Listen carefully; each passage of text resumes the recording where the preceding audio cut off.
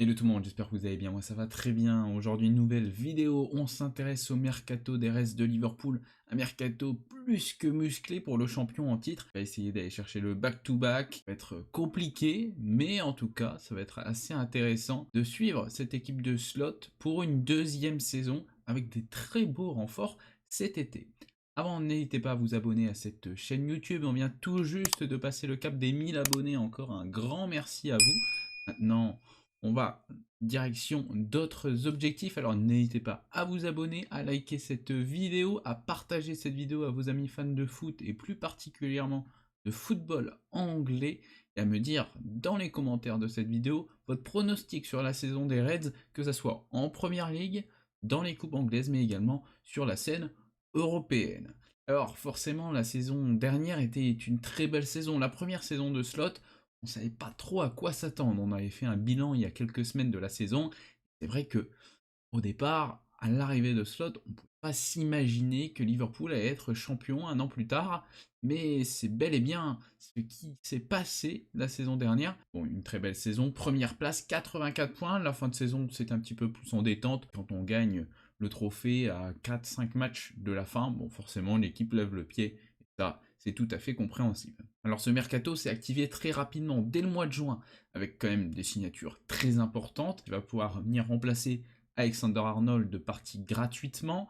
Frimpong qui arrive donc pour une quarantaine de millions d'euros. Ensuite, une deuxième signature du côté du Bayer Leverkusen. Une très belle relation entre Liverpool et Leverkusen est née cet été. Donc Frimpong dans un premier temps. Dans un deuxième temps, Florian Wirtz pour 125 millions avec bonus. Donc c'est un petit peu moins sans les bonus. Donc les bonus comprend gagner la première ligue, mais il y a même gagner le ballon d'or dans les bonus. Ça va être un atout supplémentaire dans la force offensive des Reds. On va en parler un petit peu plus tard. De comment va s'organiser cette équipe cette saison. Ensuite, vous avez Kerkez qui a été recruté du côté de Bournemouth.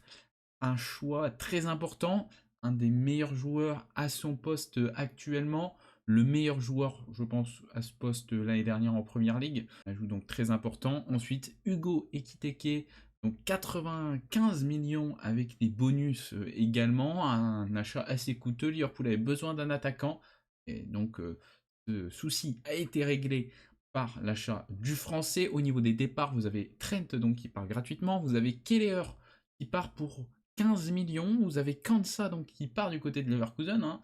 Je vous ai dit un bon lien entre Leverkusen et Liverpool cet été. Un départ quand même pour 35 millions. Liverpool a très bien vendu Luis Diaz qui est parti du côté du Bayern. Avec les bonus, on va être pas loin de 90 millions avec un Richard Hughes qui a mené d'une main de maître ce transfert où il est clairement venu avec ses conditions voir le Bayern et le Bayern qui ont été contraints d'accepter les conditions de Liverpool car le Bayern avait d'autres pistes que Luis Diaz, mais ils se sont fait dépasser. Et donc, ils avaient vraiment besoin d'un joueur à ce poste. Et donc, ils ont un peu été contraints par Liverpool d'accepter leurs conditions. Donc, vraiment, un super transfert de la part de Richard Hughes qui a vraiment bien bossé, que ce soit sur les arrivées, mais également sur les départs. Vous avez Morton qui vient de signer du côté de Lyon.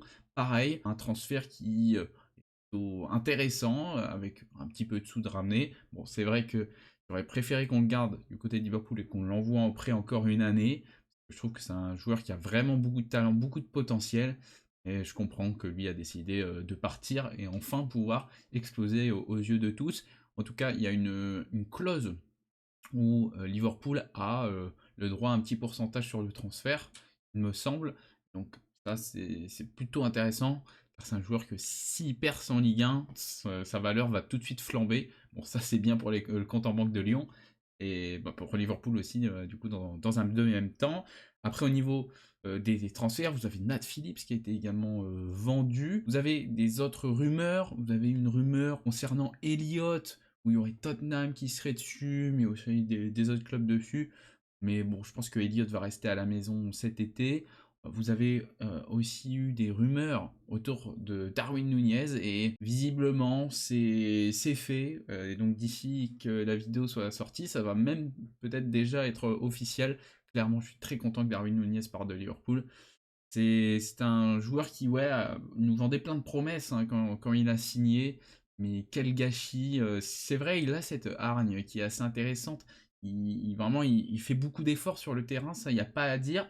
Et son jeu sans ballon est très bon. Mais quand on commence à parler d'un jeu sans ballon pour un attaquant, moi, ça me fait penser à Werner du côté de Chelsea. Et non, bah, je suis désolé, un attaquant, quand il est recruté, c'est pour marquer des buts. Et Darwin Nunez, oui, il a marqué certains buts très importants, ça c'est vrai, je ne vais pas dire le contraire, il a même fait une très bonne pré-saison, là on va en parler aussi tout à l'heure. Mais par contre, but en régularité dans la saison, c'est trop timide. Et Liverpool, si le club veut s'installer en tant que leader de Première Ligue pour quelques années, mais aussi être très bon sur la scène européenne, vous devez avoir un attaquant bien plus fort que Darwin Nunez. Donc c'était le temps de s'en séparer. Au niveau des prêts, pas mal de prêts de fait pour Liverpool. Vous avez Owen Beck prêté du côté de Derby County. Franchement, allez regarder Derby County cette année, ça va être quelque chose. Vous avez du Jarros qui est prêté, vous avez du Davis qui est prêté, vous avez pas mal de prêts du coup sur les jeunes gardiens, et mais aussi sur plein de joueurs de l'académie qui vont vraiment avoir leur chance d'être prêtés et d'essayer de s'améliorer en niveau cette année. Et donc dans l'effectif, on va avoir l'intégration de jeunes. McConnell, Nyoni, Nguoma, les trois vont avoir beaucoup de temps de jeu normalement, de ce qui a été raconté par Paul Jones ou encore James Pierce. C'est que ces joueurs vont être considérés comme des joueurs de l'équipe première. On va parler tout de suite de cette pré-saison, mais cette pré-saison, donc vous avez match contre Preston, contre Stoke, contre Milan, où là c'était un petit peu compliqué, vous avez Yokohama, ensuite vous avez eu Bilbao, et c'est vrai qu'on peut dire une chose, Darwin Nunez a fait une très bonne pré-saison, Rio Nguama. Juste ce nom, déjà, ça me fait quelque chose. Quel joueur, quel crack. Pour rappel, Liverpool l'a chopé du côté de Chelsea il y a quelques temps, parce que Chelsea ne proposait pas un projet vraiment concret aux joueurs, et le joueur avait envie de s'améliorer et de ne pas avoir la route vers l'équipe première de bloquer. Et Liverpool lui a promis qu'il allait avoir une place assez rapidement dans l'équipe première. Et voilà, on va le voir éclore devant nos yeux cette saison. Il avait déjà montré de très belles choses en jeune l'année dernière. Et tout simplement, bah, là, c'est le moment d'aller dans le grand bain. Faut pas précipiter trop les choses. Mais waouh, qu'est-ce qu'il est fort! Quelle pré-saison de sa part! Oh là là, vraiment, c'est un joueur fabuleux. Faut quand même se dire que c'est tellement un crack, et c'est reconnu comme un crack, l'un des meilleurs, voire le meilleur de la génération 2008 en Angleterre.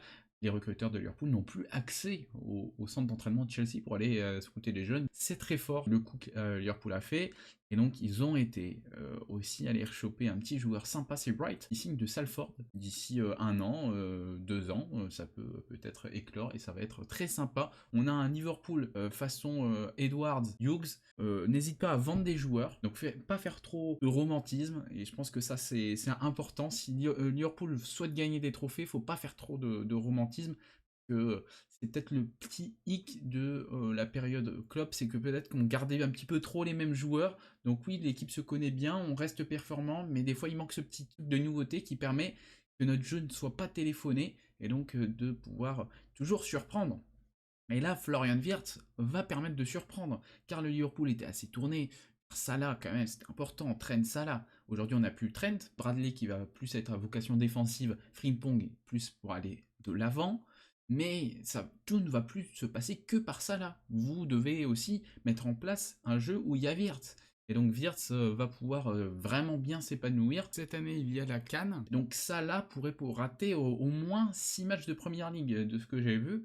Et donc c'est Slot qui expliquait en conférence de presse que justement ils ont recruté Frimpong pour que Frimpong puisse jouer à la place de Salah. Quand Salah est fatigué en fin de match, bah voilà, Frimpong pourrait prendre sa place. Donc je pense que Bradley va quand même avoir un très gros rôle à jouer en tant que titulaire cette année.